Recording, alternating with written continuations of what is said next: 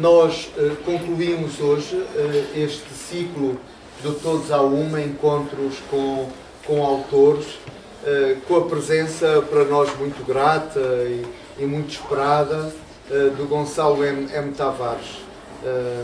É para nós uma alegria muito grande que ele possa ter passado entre as múltiplas coisas, entre o trabalho universitário, que ele também trabalha numa universidade, até os múltiplos trabalhos de escrita e convites deste tipo, que ele deve receber não sei quantos por semana, mas ter encontrado a disponibilidade também para visitar a nossa livraria, para se encontrar com todos nós que somos seus leitores convulsivos,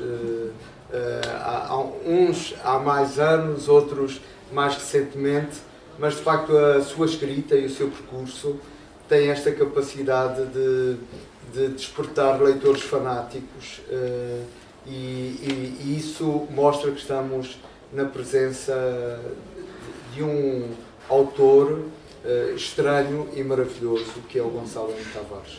Vamos ter a oportunidade agora de ouvi-lo ler um dos seus textos, ele falará disso, e depois do contacto assim mais informal com os leitores e algum autógrafo, isso que é normal do encontro mais ou menos tímido, mais ou menos festivo, que os leitores fazem sempre com os autores, e vice-versa. Boa tarde, estou aqui com muito prazer, respondo então a um simpático convite do Tolentino, alguém com quem eu me cruzo há muitos anos e, portanto, sempre com prazer e sempre recebendo dele uma grande disponibilidade. Portanto, a única coisa que eu posso fazer é retribuir alguma da enorme disponibilidade que o Tolentino tem sempre em relação a mim e a todas as pessoas. E dizer que também estou com muito prazer aqui na Católica, não conhecia a livraria, fico muito contente que exista assim uma livraria a sério, acho eu, com livros, com ensaio, mas também com literatura, e portanto fico muito contente. Bem, eu trouxe, tenho aqui, mas tirei daqui, vou devolver, aqui o Atlas do Corpo e da Imaginação, e se calhar eu diria aqui um excerto sobre. O Atlas é um ensaio que tem muitos temas, como é evidente, mas um deles é o amor, que é um tema que acho que nos interessa a todos. E se calhar li só aqui um fragmento e depois talvez uma ou duas histórias aqui do Sr. Brecht. Aqui da página 139. Um fragmento que chama mesmo Ligação e Amor. O deus Eros seria, como lembra Platão, um deus belo porque tinha passado a sua existência no meio das flores.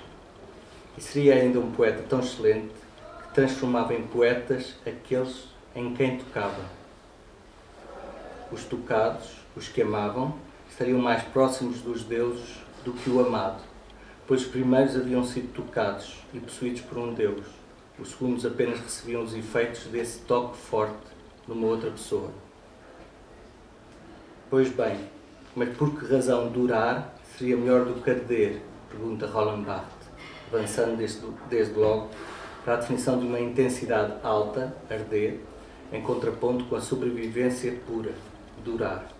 Arder é melhor que durar, defendem muitos. O amor como que despertando excitações orgânicas que mais nenhuma situação consegue. E cito agora Roland Barthes.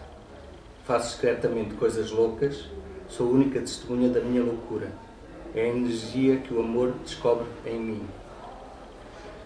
Mas há também um afastamento em relação àquilo que o apaixonado antes considerava o centro. O mundo afasta-se, diz Roland Barthes.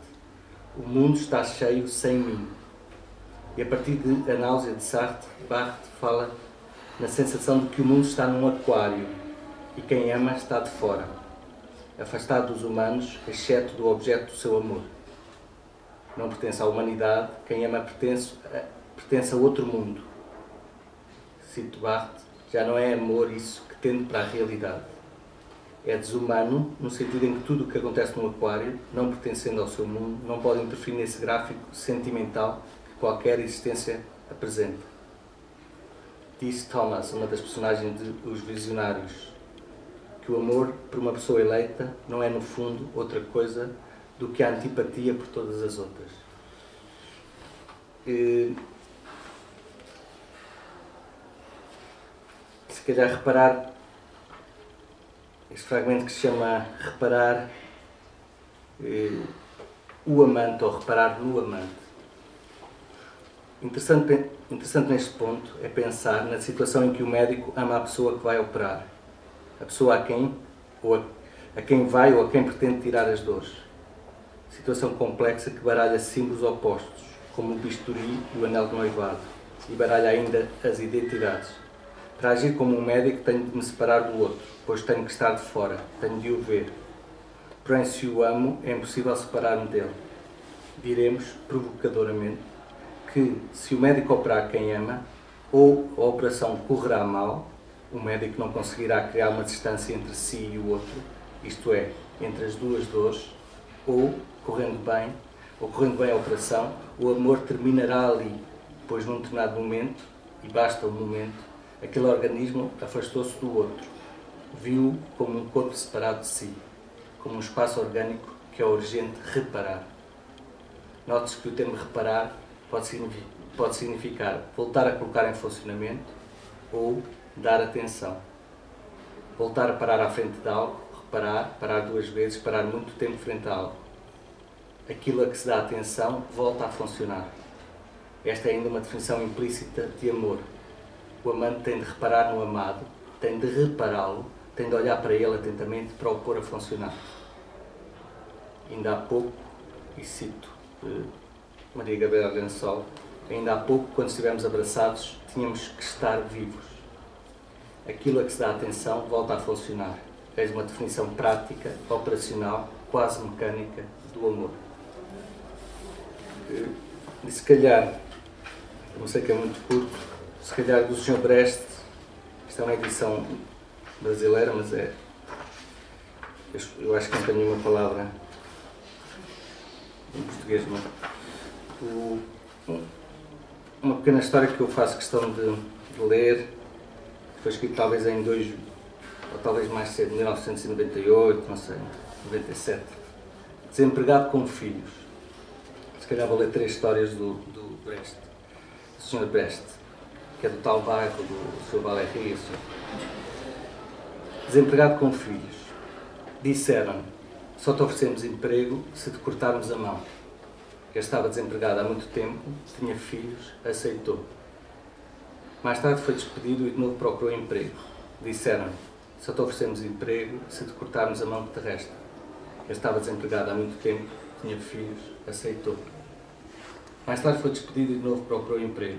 Disseram-me, só te oferecemos emprego se te cortarmos a cabeça. Eu estava desempregado há muito tempo, tinha filhos, aceitou. É uma história mais ou menos divertida.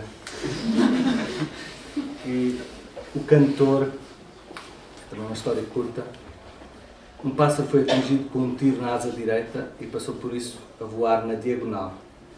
Mais tarde foi atingido na asa esquerda e viu-se obrigado a deixar de voar, utilizando apenas as 2 patas para andar no chão. Mais tarde foi atingido por uma bala na pata esquerda e passou por isso a andar na diagonal. Uma outra bala atingiu, semanas depois, na pata direita e o pássaro deixou de poder andar. A partir desse momento, dedicou-se às canções. Chama-se o cantor. De certa maneira, o que eu sinto ultimamente, infelizmente, até em relação a amigos próximos, é que estamos a criar uma série de cantores involuntários. Não é? Isso é trágico. Uma coisa é um cantor que é cantor porque quer cantar, outra coisa é um cantor involuntário. E se calhar para terminar, a revolta. Para o rei era fundamental que toda a população, sem exceção, estivesse satisfeita. Quando apareceu aquele estrangeiro, extremamente feliz e com 6 dedos em cada mão, o rei ordenou que os médicos do reino implantassem mais um dedo em cada um dos habitantes e que os médicos fizessem o mesmo uns aos outros. Ninguém teria inveja dos 6 dedos daquele estrangeiro. Assim se fez. Todos ficaram com 6 dedos em cada mão.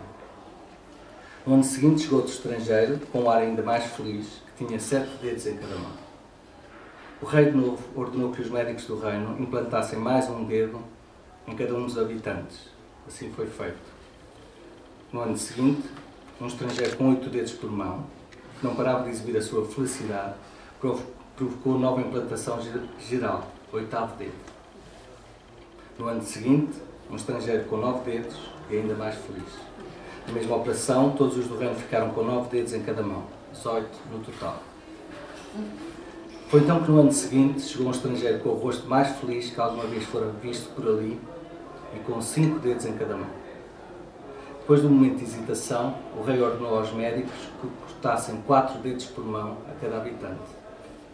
Havia um problema, no entanto. Os 9 dedos em cada mão dos cirurgiões já não conseguiam operar. Os dedos atrapalhavam-se uns aos outros. Já não era possível. Tinham que ficar todos com 9 dedos em cada mão. Como o rei não conseguiu dar à população os 5 dedos daquele estrangeiro feliz, rebentou uma revolta e o rei foi posto fora.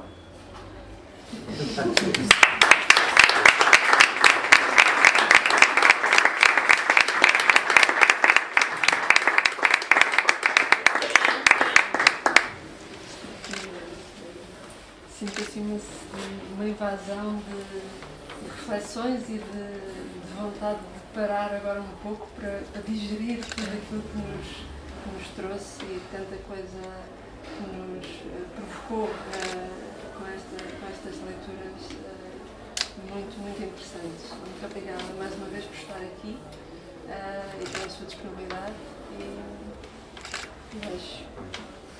Muito obrigado. O Gonçalo M. Tavares está realmente disponível para algum autógrafo ou alguma pergunta? Diga. Eu li uma recensão ontem sobre o aprender a rezar na era da técnica. Eu já tinha lido Jerusalém há uns tempos e fazia uma comparação entre os dois, em que dizia que se calhar estes livros são uma análise, e não sei se é por isso que se chamam os livros pretos, do mal contemporâneo, o mal desinibido, se calhar o mal desde o Holocausto, o mal agora já despido de Deus e muito frio e irracional.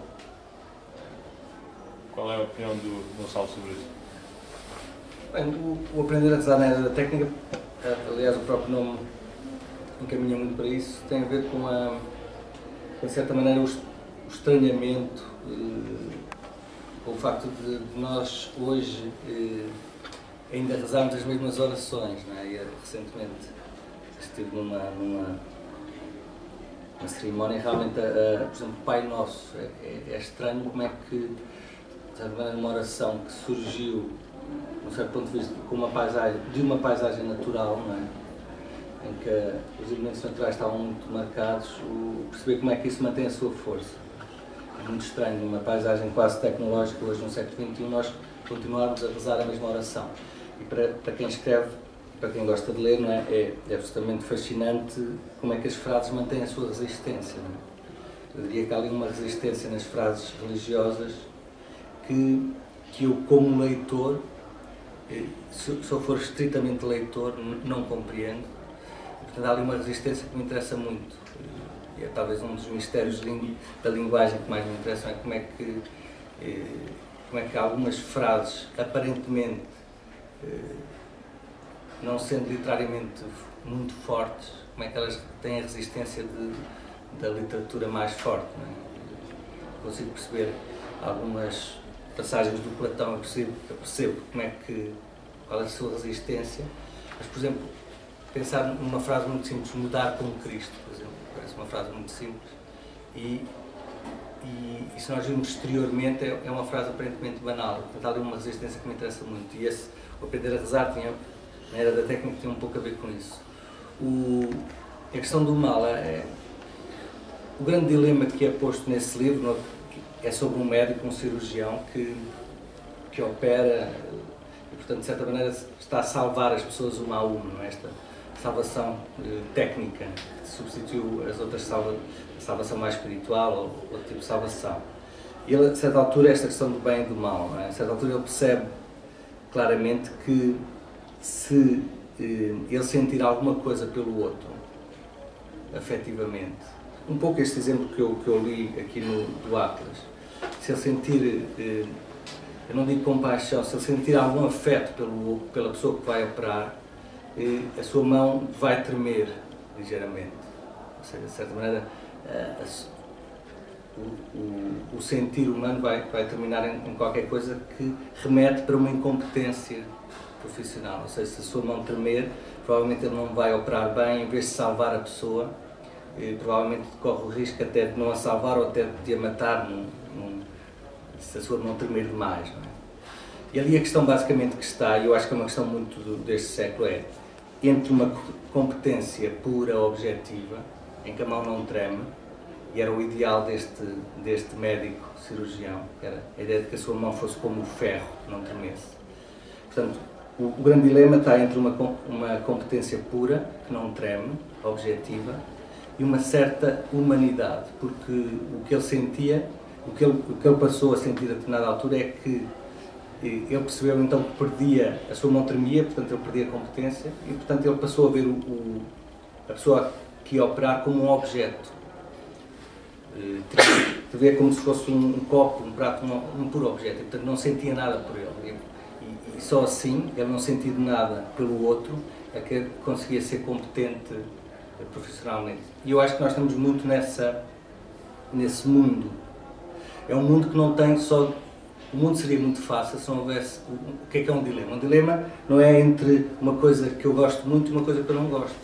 Não há dilemas entre uma coisa boa e uma coisa má. Isso não há dilemas. O dilema é sempre entre uma coisa boa e outra coisa boa.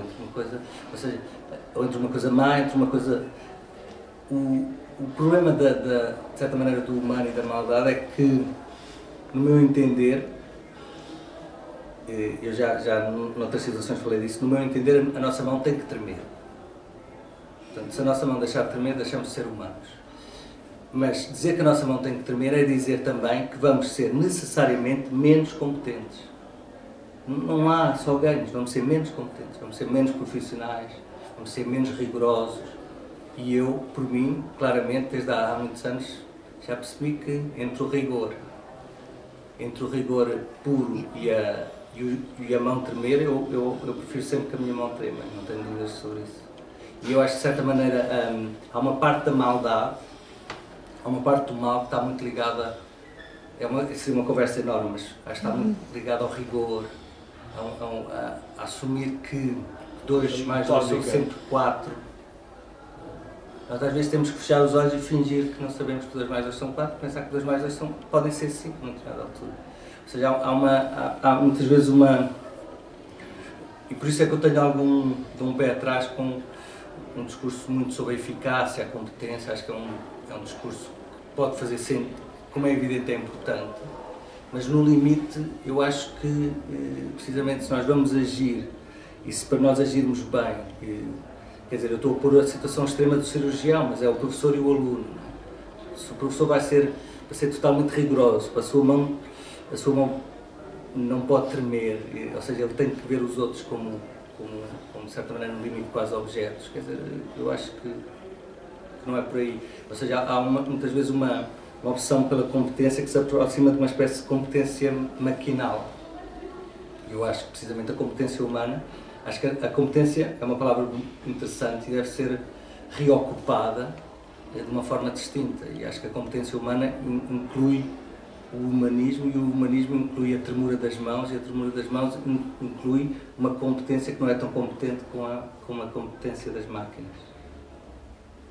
Não sei se... o tema do mal é um tema enorme e, de certa maneira, o que me parece importante também é refletir numa espécie de novo mal. Sempre existiu, digamos, o antigo, o mal clássico de alguém cortar outra pessoa aos bocadinhos, no limite, ou da violência sobre o outro, digamos, isso sempre existiu. Eu acho que há um novo mal que tem uma espécie de base na questão tecnológica e na questão da competência maquinal, uma espécie de competição com a competência da máquina. E há um novo mal, de certa maneira, no século XXI, que tem a ver com isso. E o livro Aprender a Rezar na Era da Técnica é um pouco sobre o velho mal e o novo mal. Não é? também há felizmente, o antigo bem e o novo bem também. As tecnologias não introduzem apenas um novo mal, introduzem também novos bens. Há uma frase que eu gosto muito do Virílio, um pensador sobre da tecnologia e da velocidade, que ele diz: a introdução do barco é a introdução do naufrágio, a invenção do barco é a invenção do naufrágio. A tecnologia, de certa maneira, tem sempre estas duas partes, não é? De certa maneira, a introdução de qualquer coisa que nos aumenta as capacidades, quase um aumento amoroso das capacidades, mas também um aumento do acidente, da possibilidade de um novo acidente que é introduzido pela máquina. E, de certa maneira, eu acho que nós temos que ter atenção à introdução das novas tecnologias, precisamente porque as novas tecnologias introduzem sempre, como é evidente, benefícios e objetivos, mas perceber até que ponto os acidentes que são introduzidos de novo não implicam uma desvalorização do humano. Não é?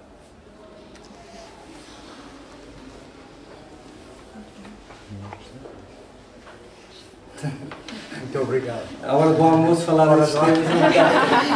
Muito obrigado.